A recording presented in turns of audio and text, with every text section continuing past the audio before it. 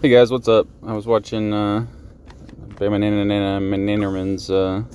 prep videos for this. Saw him struggle a little bit on Northern Breeze number 4, and I thought to myself, well, it's the quintessential Sampo hole. So Northern Breeze, short course, you don't need all your drivers anyway, so I figured I would just show you guys some sample lines, see if you guys wanted to maybe pull one or two of those drivers and put in a sample or two. So yeah. All right, here we go. So we'll start here with, I think this will probably be the one that most of y'all will have. When you look over here to the left of the bottom, they got this big old rock right here, and then you have this tree right here. So aiming point is bottom point of the top chevron, right where they meet.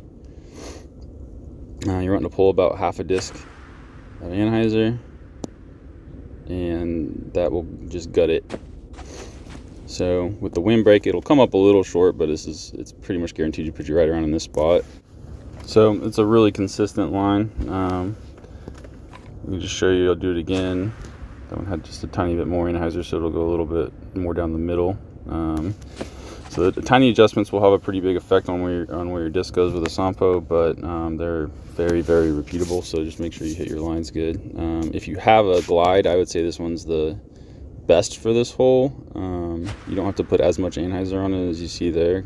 The drag, because it's faster, it'll actually make it kick out a little more. So I took virtually all the anhyzer off of that one, which I could have used it a little bit, but give it a little bit more here.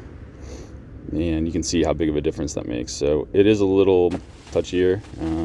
So I never threw that one here. It's the right distance, but it can be a little touchy depending on what wind you have, especially.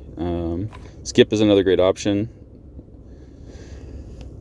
If you throw the same angle with a skip, which I didn't quite get it right, it's a little left, but you'll see because it skips, it actually finishes more to the left, so that kind of brings this into play. So if you're going to go skip, I would adjust the aim out just a tiny bit, kind of maybe out in this range, and then pull with maybe like a little bit more anhyzer, close to a full disc, to get it back to the middle.